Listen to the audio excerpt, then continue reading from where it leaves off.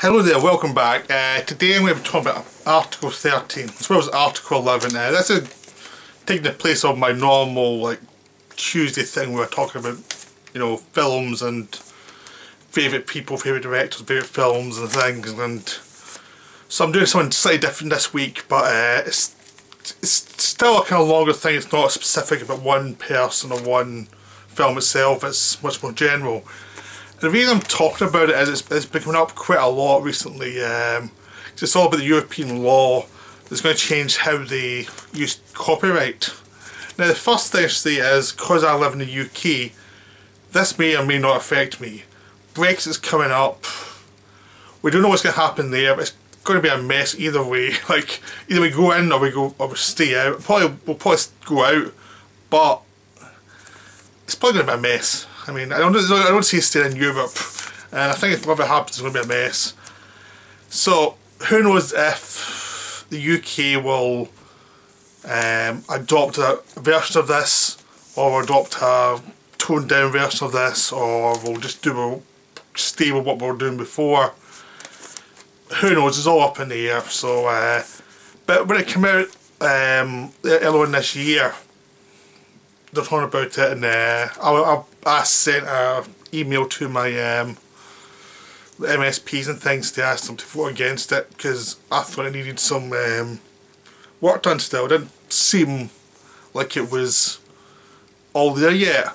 The reason for this is I do think that I don't really care about the big music companies, the big film companies. I mean, they're doing fine.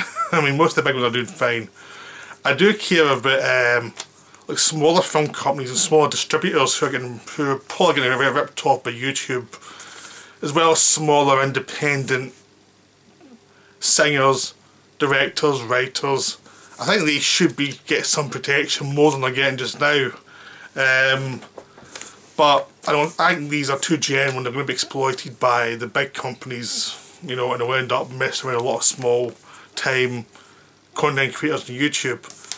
So I was against these things. I thought they needed more work done, and it's not going to get it. I mean, Europe is probably going to clamp down pretty hard on content creators and just YouTube, and it's going to lock it down.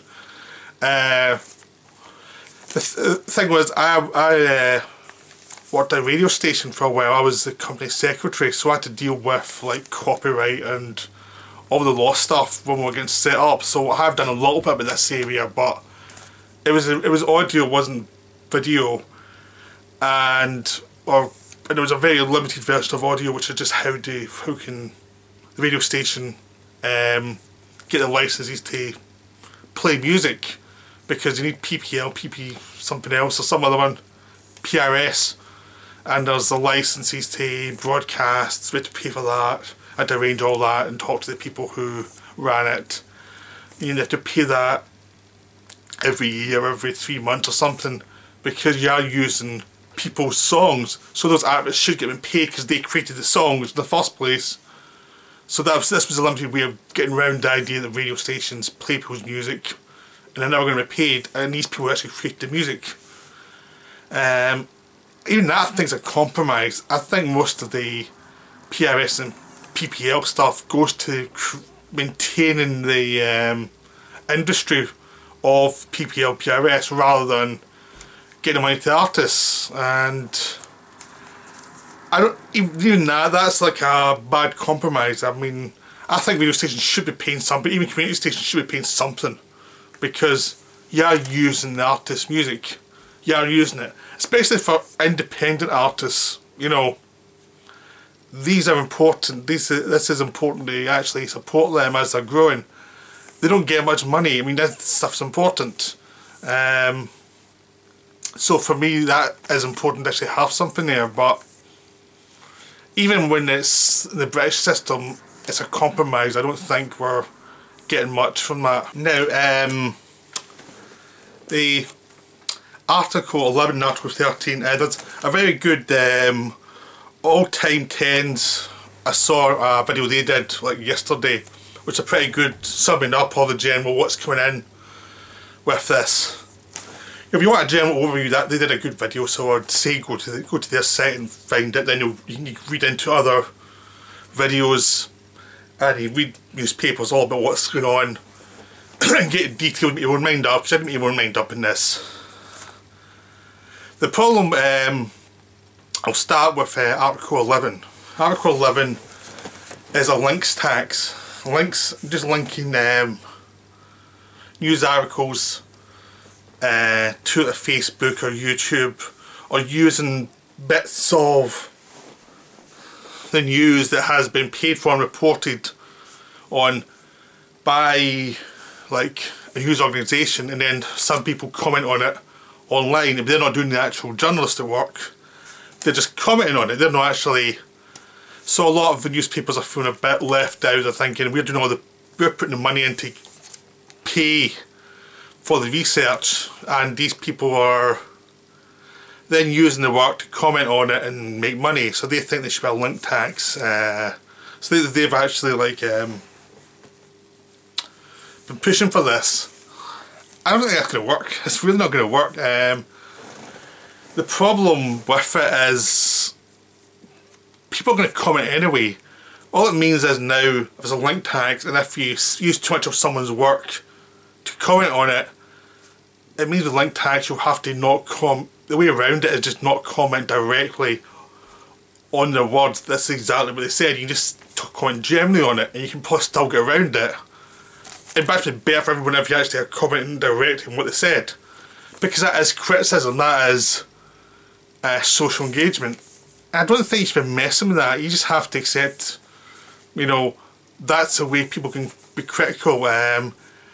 If the point you were making was good and it's been showed up in another video, there's a good chance a person who saw the video will go to the original source and read what you wrote as well, if it's any good.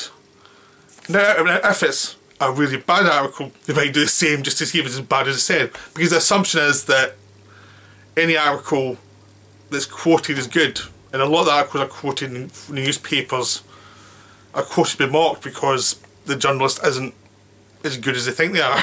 You know, they're biased one way or the other around it. It's a critical response. So this thing, and if the person linked, you know, you're going to get advertising money from people linked, so the actual comment on your article in some way counts as free advertising for the article, because people will go to the link and then link back to the original article and read it if there's something engaging about it. I don't think there's anything. The link tax is going to stop that from happening. It's going to make the advertising. You're not going to get work promoted directly anymore. It's going to be promoted generally. So there will be no links, because no one's going to put any links in. People will be a bit more careful about what they quote. But it means like YouTube won't link to anything. No YouTuber won't link to anything. No one on Facebook will link directly anymore. So a lot of the free advertising for your service is now gone, you know, and that's what promotes engagement a lot of the time. I do see that Article 11, that the link tax is a way to stop people linking stuff, and it's essentially a way to cut down public debate, so it makes it easier for the people in power to move ahead. I think that's really what it's about. It's like, it's not for, it's the same way we're using this to protect the right holders of the newspapers. But I don't think that's really what they're after. I think they're really after shutting down debate and shutting down people, the ability to link directly and criticise directly in anything that people say. That's what it really is, because it's going to put people off linking directly anymore, and it's just going to have a bad effect on news commentating and discussion. So discussion will be more generalised. Nobody's going to actually pay the money to link directly to anything. I think this is just a bad idea, except for having the you know, the communication cut down, because you know what they want. They don't want people saying they said this in their speech, but A, B and C are reasons why that is utter bollocks. They don't want that anymore. So that's a way for them to say, we're doing this to protect newspapers because newspapers are dying. But what they're really doing is they're trying to stop debate, trying to stop criticism. And newspapers are dying, newspapers do have a lot of problems, and they have to find a way to actually you know, protect themselves. But this isn't it. This is a way to just to basically make their world even smaller than what it is. Because people just aren't going to like that. People are not going to like it. It's just going to feel... It's a good... Because linking to things are a good way to say, I'm interested in this. I'm linking it and putting it on Facebook so other friends of mine can read it and discuss what's going on. That's why people link. It's not for anything else. It's a way to talk about what's in the news. I don't see this actually being a good thing for discussion, for public discussion. And I think it's going to be seen as something censorial. I think it's going to backfire badly in the EU. I'm hoping the UK do not follow this. I hope the UK are you know, very suspicious of it. But they probably won't be, because they're the most censorious bastards around, basically. They really hate when been criticised, especially when Brexit, so it's going to be a disaster. But anyway, that's Article 11. I'm not for it. I think it's a bad idea, and I think it's attacking the general public more than anything else, because it stops their ability to link things of interest to each other. It's an attack on the general public. It's an attack on general populace responding to what the elite are saying and doing. That's all it is. That was a long-winded way of getting to this. That's what it is. Right, the other one's Article 13, which is this is the least important one for me. But if you go online, the reactions are that this is the most important one. And it's not. It's just, it's going to affect people. But the actual news reporting and how that's going to be stopped is actually the important one. That's the one that can lead to like mass censorship and you know, fascism and like no one going against the government. You know, this one, Article 13, is just about the rights of copyright holders. Now, copyright holders for the visuals and audio visual, they are getting screwed by YouTube. I mean, there's two different ways. There is a way that it's fair that people use copyright material for like parody and fair use to criticise. So if you're doing a video about, you're talking about a film or a bit of art, you show an image of it and you describe what you see. The problem is that you can maybe go closer to something or pull back, and it's critical. You're using it, but you're transforming it by your criticism of the artistic object. That's been the argument for a long time. I agree with that. That's really good. I try and avoid using many images from films. Sometimes I use a green screen back here, and I put a few images from the film. Sometimes I'll adjust it to filter it. My head's in the way for half of the image. I try not go overboard with it, because I know it is somebody else's image. I'm just trying to use it to make a point and to give an idea of what the thing I'm talking about is. But if we don't have to do that anymore, and the way the laws, these new laws are, they'll come after YouTube and Facebook and all the rest of it if they allow that to actually be put up. You know, it's not going after the creators now, it's going after the YouTube and all these people. They would have to self-censor straight away. So if that happened, I can adjust. Because my channel's a small channel. It's about obscure films. You know, some of the films have copyright that's like, you know, who the hell knows who owns it type of thing. You know, I do obscure things. I can avoid pushing images at all and just describe them, and I'll be fine. It's not a big deal for me. I think they should have the option. I mean, the reason why I never do like video clips is I know it's easy for or trailer clips, is I know it's easier for the copyright owners to argue that you're using their property, you know. So I try to keep it as an image, almost like as a textbook type of thing. But even that's still using their image, you know. You're still using it. But I think it's fair use is a good thing for like just description and criticism. I think it's a very healthy thing for society. But I think YouTube is guilty of using fair use as a defence for like full-scale pillaging of copyright. I mean, if you look at stuff like Watch Mojo or Looper or something like that, where they're doing these videos and they do voiceovers like top 10s or 7 things you didn't know about something or other. And all they're doing is doing a little bit of voiceover, and they're showing lots of clips from a film or a TV show. And it's like there's not much effort here being made here to hide what other people's property. It's other people's property you're profiting off of. I never quite got how that was allowed. I just never quite got that. I think that's the impetus of shutting these things down, because they're using other people's copyright to criticise them most of the time, and it's not a criticism for any artistic reasons. It's criticism for the sake of making cash and doing like cheap top 10 lists. I mean, you can do a top 10 list, but most of the content is actually the imagery and a little bit of voiceover rather than a lot of talk and odd bit of imagery here or there. The balance is off.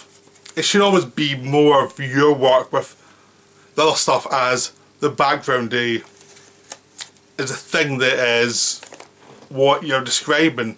I think having lots of copyrighted material is what allows this to go forward, because I think, a lot of these big companies are already pissed that the internet's taking away a lot of their money, and the blatant use of the copyrighted material for profiteering it makes it so easy for them, and I think a lot of imagery that's up on YouTube is just blatant, copyright abuse, people using fair use, but they're not actually transforming it into something else. I think they could be a lot better with this, and YouTube is themselves to blame, because they've just let it happen and profiteered off it and sold ads on it.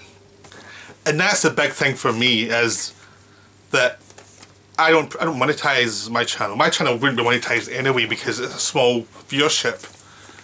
But I don't monetize. I know I'm using copyright material as a base for the criticism. I also do obscure films, so it's not really going to be something that's financially acceptable to monetize. But if you're monetizing something and you're using most other people's material, then that's a problem. It's not that you're using bits of material but recontextualizing it. I mean, a lot of YouTubers do that. They're using bits of material that are basically public domain footage, or footage from news and photographs from that's been all around for a while, to contextualise and tell a story. I think that's pretty much fine. I think if you're changing a lot to actually tell something, do something that's unique, I think fair use is quite a good defence, because you're doing something unique with the copyrighted thing. And even if you put in a video using copyrighted material and having YouTube having a box saying, are you using copyrighted material? Yes, this is what it's for. And actually have that as part of the description of what the video is. And YouTube should be doing that straight away. Does it include copyrighted material? What's the defence for it? And contextualise it. I think you need to be doing that. As a channel, you need to be doing that. And like, what percentage of it is copyrighted material and what percentage isn't? Because when we do radio, it's like the license says like so much can be music, but so much has to be spoken word that has to provide a service.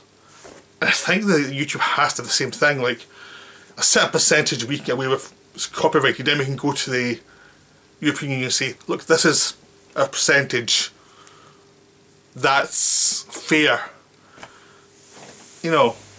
I think that's the best way to do it, is really like, you have to bring more to the table as a presenter, as a creator, and actually deliver something that is more mainly you. You're just using copyrighted material and little bits as fair use to provide something to give a taste of what's in the material you're discussing. Or if you're doing something else, you're using copyrighted material such as like your cookery program. You might use a certain food that's branded, or You know what I mean? Like, or you're doing a fashion show, they're going to be selling like lipsticks and things that are going to be branded. It's like you're transforming. I think that's protected, but it should be written down in YouTube, like copyrighted material, what it is, why it's defensible. I think it's the only way for the algorithm to actually be able to check everything and make sure you're not doing anything wrong for them. I think it's just a case of that's what it's going to be. I think there's a lot of stuff out there that's like taking like copyrighted material and doing a parody of it, but it's obviously a parody that's so close to the original material that it's very eerie. I mean, you're pretty much relying on the original material, and I think a lot of copyright holders are really fed up with it. So this was always going to happen. I was like waiting for this to happen for years, because it was like, obviously they're going to kind of come back at it. I mean, a lot of the time companies would not go after people if it was like they weren't monetizing anything. If it was a fan thing, they wouldn't mind, but as soon as it became money involved, that's when they would get involved to say, nope, you can't do that. Because that's reasonable, because that is their copyright. And I think YouTube creators have to, you know, start getting around that and just saying, like, this is how we're going to do it from now on. Same with YouTube itself, is like, this is the material which is copyrighted. Do we have to give a percentage to the person whose material we're using if it's over a certain percentage? Something like that. You have to meet someone halfway to actually get a kind of compromise that will work for everybody, because you are using people's material. The other solution is don't use that material and even just do your inventive thing that's another take on it. You know, like drawing something rather than using a photograph, which I'll probably have to do that if Britain has a one version of that coming out. But it's something you have to try and work around, because there have been laws, and there's going to be more laws, and it's been a Wild West for a while, and now people, because people have abused the law so much, like posting like full films online, posting videos that don't belong to them online, you know, music videos that aren't theirs. It's like, I think they were going to come back at you for it. I mean, it was never going to just be that forever. I mean, people who are an independent, like singers or filmmakers, they are getting hammered for this because they can't make a living. So there has to be something. Those people have to be defended. And even like the big companies need some sort of defence for this. I just think that hammering everybody now, you can't use anything, or we'll sue Facebook. That's so much the wrong way. I think it's going to hammer Europe, because people will not be able to switch over so quick into some other way of doing things. It's just going to make EU look really bad. So I think they've gone from one extreme where everyone's Wild West, and rather than trying to find a compromise, it's going to get bad press from some people, but find something useful. They've gone the other extreme and they're going to destroy everybody, and that's just not right either. I'm against this Article 13 thing. I think it's too extreme. It's just way too extreme. But they need to find something that's logical. But YouTube didn't support the anti-Article 13 stuff when it was first happening. You barely heard a peep from them when people were actually contacting the European Union MSPs. They never did much at all. Now it's suddenly it passed, now they're panicking. It's like, oh, you should have been aware of this for years. You should have been planning for this for a long time. But they never. And it's like, well, if I could see it was going to come, how can the experts not see it's going to come? Because, I mean, your basis of your business is copyrighted material. Eventually they're going to come for you.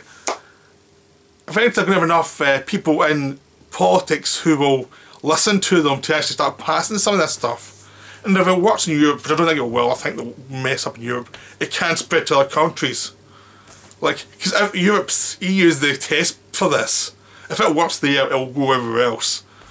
So you better hope it does not work here.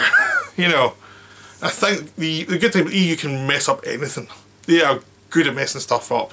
They will screw this up completely. But I'm just saying, try and go to your MSPs and try and get them to find some sort of compromise thing. I think it's in. I don't think anyone in the EU cares at the moment. They just need an outcry saying, look, this is a mistake. You need to find some other way interrupt this. But the people who are like really anti Article 13, Article 11 is much more scary, right? I know that people that are scared of Article 13 are scared for themselves, but it's had it for a long time, the Wild West, and now it's not that way anymore. You just kind of should be prepared for this a little bit. It's just going to be complicated. I don't have much more to say. I mean, I really am anti Article 13. I mean, I think I may come across as being a bit too in the middle, but it's just because I know that going rah rah rah is not going to work. You need to try and find some sort of compromise. And I think the legislation of YouTube and be very clear, the creators be very clear about what's on their videos and be very clear in the description, like how much percentage is this is copyrighted, why is it there. You need to do all of that, I think, from now on for videos. But that's my take in the matter. I'm sure it won't be the most popular thing, but then I'm sure most people won't even see it, this one video, so there we go.